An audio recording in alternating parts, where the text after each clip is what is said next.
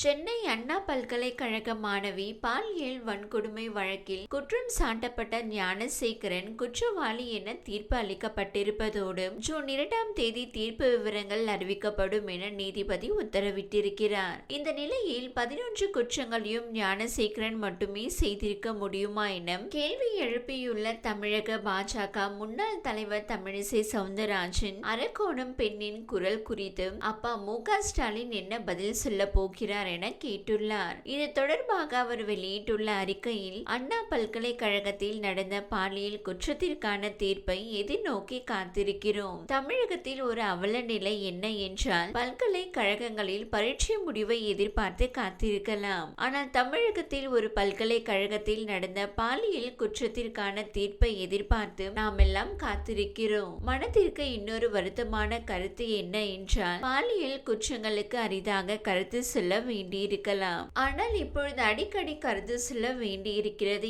என்று அவல நிலை தமிழகத்தில் நிலவுகிறது என்பது மிகவும் வருத்தம் அளிக்கக்கூடிய ஒன்று. அண்ணா பல்கலைக்கழக வழக்கில் தீர்ப்பு வாசிக்கப்பட்டிருக்கிறது. ஞானசேகரன் குற்றவாளி என்று தீர்ப்பளிக்கப்பட்டு இருக்கிறது. இதை வரவேற்போம். ஆனால் தீர்ப்பு 2ஆம் தேதி ஒத்திவைக்கப்பட்டிருக்கிறது என்பது ஏமாற்றம் அளித்தாலும் 2ஆம் தேதி தீர்ப்பு இனிமேல் பெண்களுக்கு எதிராக யாரும் குற்றங்கள் இழைக்கக்கூடாது என்றும் எச்சரிக்கை கொடுக்கும் தீர்ப்பாக இருக்க வேண்டும் என்ற நம்பிக்கையோடு காத்திருப்போம். ஆனால் ஞானசேகரன் 11 வழக்குகளில் குற்றவாளி என்று நிரூபிக்கப்பட்டிருக்கிறான். ஆனால் தமிழக காவல்துறையினரால் குற்றவாளி என்று அவன் மட்டுமே அடையாளம் காணப்பட்டு இருக்கிறான். இத்தனை குற்றங்களும் அவன் மட்டுமே செய்திருக்க முடியுமா என்ற கேள்வி தமிழக மக்கள் மனதில் ஏற்பட்டிருக்கிறது. யார் இந்த சார்? இதற்கும் பதில் கிடைக்குமா என்ற எதிர்பார்ப்பு மனதில் இருக்கிறது.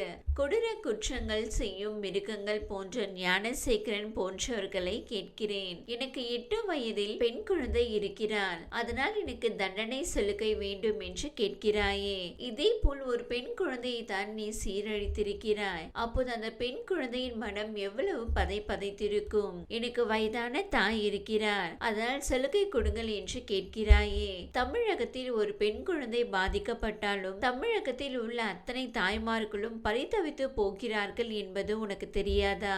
என் வங்கி கணக்கு முடக்கப்படக்கூடாது என்று சொல்கிறாயே. உனது செயலால் எத்தனை குடும்பங்கள் முடங்கி போய் கிடக்கின்றன என்பது உனக்கு தெரியாதா?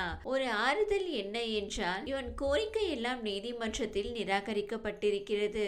இன்னொரு கேள்வியும் என் மனதில் தொக்கி நிற்கிறது.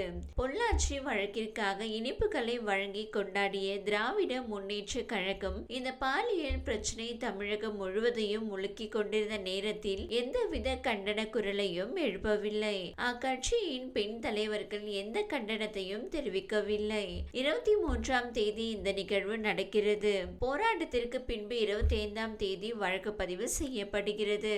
26ஆம் தேதி பாஜகவும் அதிமுகவும் மிகப்பெரிய போராட்டத்தை முன்னெடுக்கிறார்கள். ஆனால் அதற்கு அனுமதி மறுக்கப்பட்டு நான் உட்பட தலைவர்கள் அனைவரும் கைது செய்யப்பட்டார்கள். ஆக குற்றங்களை எதிர்த்து குரல் கொடுக்க கூட தமிழகத்தில் இடமில்லை என்ற சூழ்நிலை நிலவுகிறது.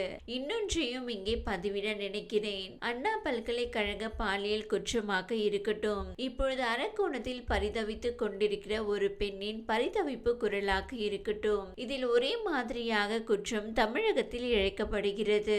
பாலியல் குற்றத்தினால் பாதிக்கப்பட்ட பெண்கள் சொன்னது நாங்கள் மட்டுமே பாதிக்கப்படவில்லை, எங்களோடு சேர்ந்து பல பெண்கள் பலருக்கு விருந்தாக்கப்படுகிறார்கள் என்ற செய்தி நம்மை நிலைக்குலைய செய்கிறது. பெண்களை பாதுகாக்க வேண்டிய திராவிட மாடல் அரசு இதற்கு என்ன பதில் சொல்ல இருக்கிறது? குறிப்பாக அப்பா இதற்கு என்ன பதில் சொல்கிறார்? ஆனாலும் ஜூன் 2 நோக்கி நம்பிக்கையோடு காத்திருப்போம் என கூறியுள்ளார். இந்த வீடியோ உங்களுக்கு பிடித்திருந்தால் லைக் செய்யுங்க. மேலும் இதுபோல் வீடியோ தொடர்ந்து பார்க்க நம்ம ஒரு சேனலை சப்ஸ்கிரைப் மற்றும் ஃபாலோ செய்யுங்க.